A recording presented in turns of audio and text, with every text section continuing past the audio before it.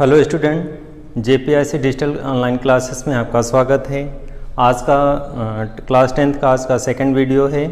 Part 1 आपके पास जा चुका है। सेकंड वीडियो में आपका टॉपिक है यूरोप में राष्ट्रवाद के उदय के उत्तरदायी कारण, यानी यूरोप में राष्ट्रवाद के उदय के उत्तरदायी कारण कौन कौन से थे।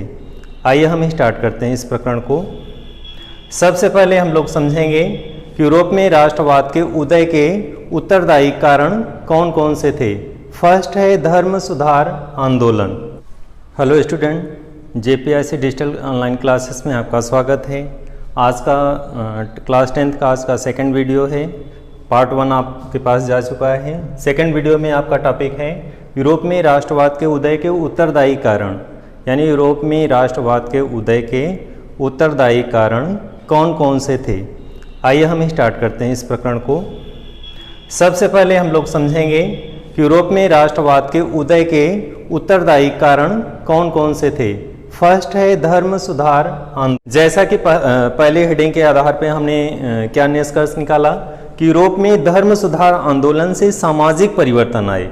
लोगों की सोच जो पुरातन व्यवस्था थी समाज में, या कह सकते हैं कि लोगों के अंदर जो कट्टरता था, लोगों के अंदर धर्म के प्रति कट्टरता था, अपने धर्म को बढ़ाने के लिए दूसरे धर्म के लोगों को साथ गलत बर्ताव करते थे, धार्मिक भेदभाव करते थे, वो चीज़ें समाज में समाप्त होने लगी यूरोप में। तो इस तरह से धर्म सुधार आंदोलन से समाज में समरसता आई, भाईचारा आया और कट्टरता दूर होने लगा।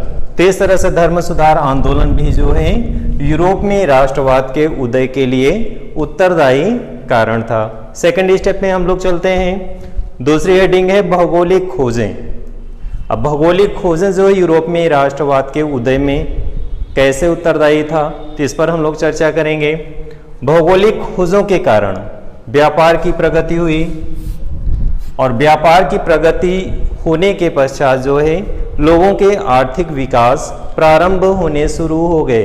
क्योंकि इसके पहले जब व्यापार की प्रगति नहीं थी, लोगों की आर्थिक स्थिति दयनीय थी, तो लोग जो है एक ही जगह पे रहते थे, व्यापार नहीं करते थे, उनका विकास नहीं हुआ था। लेकिन जैसे जैसे भौगोलिक खोज हो गई, नए नए मार्गों की खोज हो गई, आवागमन के मार्ग खुल गए, तो इसके पश्चात जो है व्यापार में प्रगति हुई और आर्थिक विकास हुआ। और आर्थिक विकास होने के पश्चात लोग अपने देश से दूसरे देशों में व्यापार करने के लिए जाने लगे।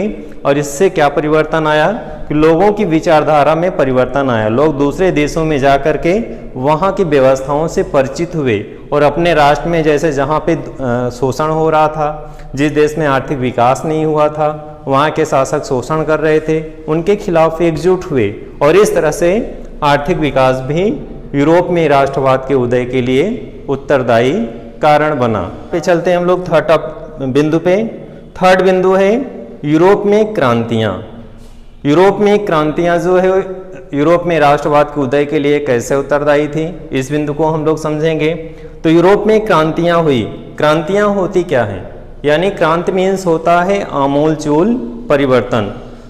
तो इस तरह से यहाँ पे चूँकि राजनीतिक यूरोप में जो क्रांतियाँ हुई, शासक के खिलाफ क्रांतियाँ हुई, तो इससे राजनीतिक परिवर्तन आया। क्या परिवर्तन आया? राजनीतिक परिवर्तन। राजनीतिक परिवर्तन क्या होता है? जैसे मान लीजिए कोई प्लेस है, वहाँ पे कोई शासन व्यवस्था कैसी है? राजतंत्रात्मक शासन व्यवस्था। राजतंत्रात्मक शासन व्यवस्था से तात्पर्य है कि ऐसा शासक, यानी वो पद जो होगा वंशानुगत चलेगा। शासक जो होगा उसका चुनाव नहीं होगा, बल्कि एक उसी वंश से जो भी व्यक्ति शासक बनेगा, और उसके पश्चात जो है उसका पुत्र या फिर उसी के वंश से क्रमानुसार शासक बनेंगे। तो इस तरह से यूरोप में क्रांतियों के पश्चात राजनीतिक परिवर्तन आया, तानाशाही शासन व्यवस्था समाप्त की गई, और उसके स्थान पे लोकतांत्रिक शासन व्यवस्था काबिज हुई। तो इस तरह से कह सकते हैं हम कि यूरोप में राजनीतिक परिवर्तन के कारण या क्रांतियों के कारण राजनीतिक परिवर्तन आया। इसके साथ साथ सामाजिक परिवर्तन भी आया। समाज में लोगों को स्थिति उनकी सही नहीं थी, सामाजिक स्थिति दयनीय थी, क्योंकि उनका विकास नहीं हुआ था। सरकार के माध्यम से उन्हें स्वतंत्रताएं नहीं प्रदान की गई थी। समाज में रहने के लिए उनके पास आर्थिक स्थिति ठीक नहीं थी। समाज में भेदभाव किया जाता था।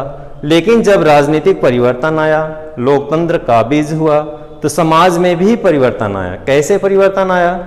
जैसे पहले लोगों को समाज में भेदभाव किए जाते थे, कभी धर्म के आधार पे, कभी जात के आधार पे, कभी भाषा के आधार पे, लेकिन जब लोकतांत्रिक व्यवस्थाएं काबिज हो गई तभी इस तरह से समाज में क्या आया?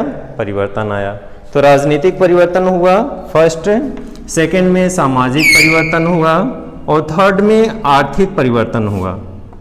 आर्थिक परिवर्तन भौगोलिक खोजों का भी असर था, नए नए मार्गों की खोज हो जाने के कारण, और यूरोप में क्रांतियों के पश्चात भी आर्थिक बदलाव आया।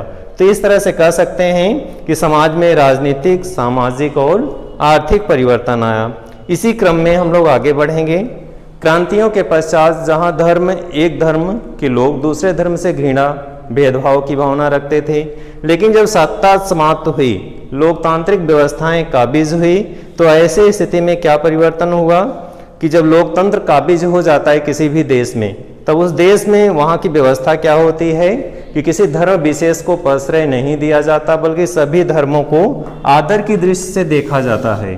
तो इस तरह से धार्मिक परिवर्तन भी आया यूरोप में राष्ट्रवाद के उदय के उत्तरदायी कारण में। तो क्रांतियों के कारण जो है ये बिंदु भी उत्तरदायी था। अगले बिंदु पे चलेंगे हम लोग, औद्योगिक क्रांति। यूरोप में राष्ट्रवाद के उदय के लिए उत्तरदायी कारणों में औद्योगिक क्रांतियां भी उत्तरदायी थी। अब औद्योगिक क्रांतियां कैसे उत्तरदायी थी?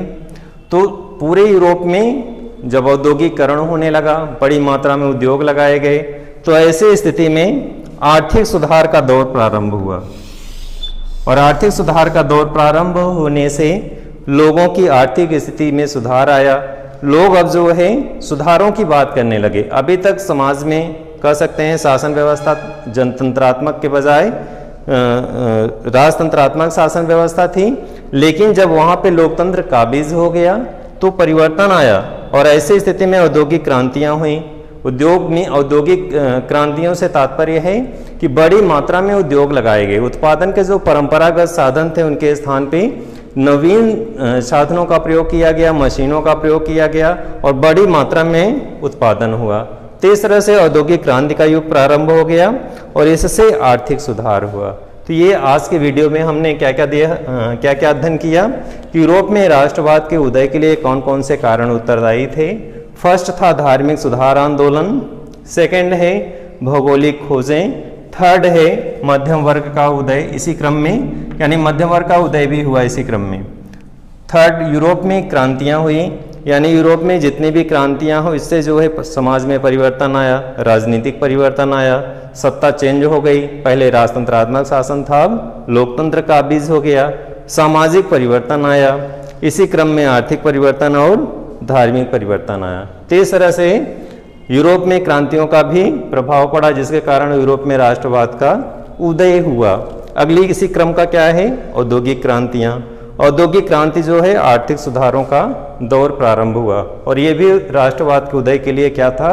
उत्तरदायी कारण था। तो आज के इस वीडियो को यहीं समाप्त करते हैं, अगले वीडियो में फिर से मिलते हैं। Thank you.